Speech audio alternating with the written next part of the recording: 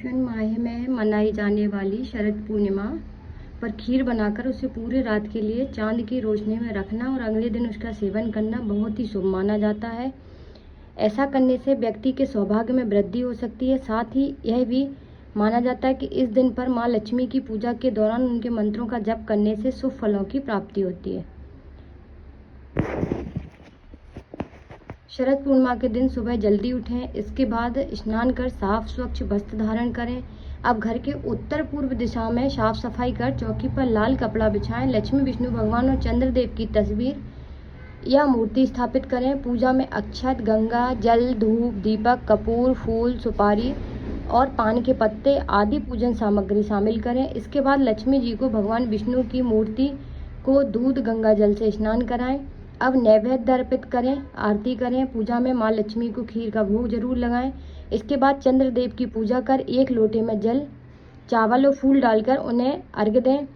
पूजा की खीर को रात भर चांद की रोशनी में रखें। अगले दिन प्रसाद के रूप में इसे बांटें और स्वयं भी ग्रहण करें।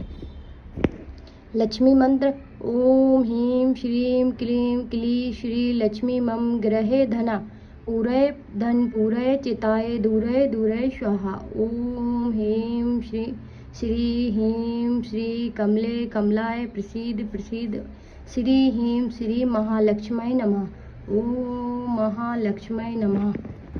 शरद पूर्णिमा की व्रत कथा।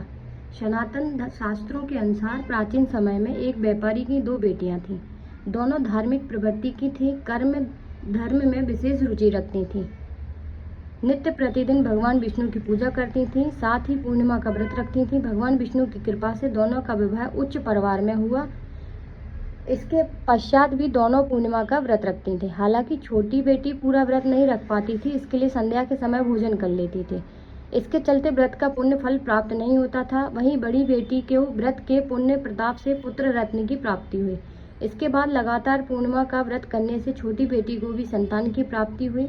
हालांकि संतान दीर्घायु नहीं होती थी। एक बार की बात है, जब छोटी बेटी संतान के शोक में बैठी थी, उसी समय उसकी बड़ी बहन आई। उस समय वह पुत्र को खोने का संताप कर रही थी। उसी क्षण बड़ी बहन के वस्त्र के छूने से छोटी बहन का पुत्र जीवित हो उठा। यह देख छोटी बहन बेहद प्रसन्न हुई, खुशी से रोने लगी। तब बड़ी बहन ने पूर्णिमा की व्रत की महिमा बताई। उस समय छोटी बहन ने विधि पूर्वक पूर्णिमा का व्रत किया, साथ ही अन्य लोगों को भी यह व्रत करने की सलाह दी। तभी से पूर्णिमा विधि पर व्रत रखा जाता है।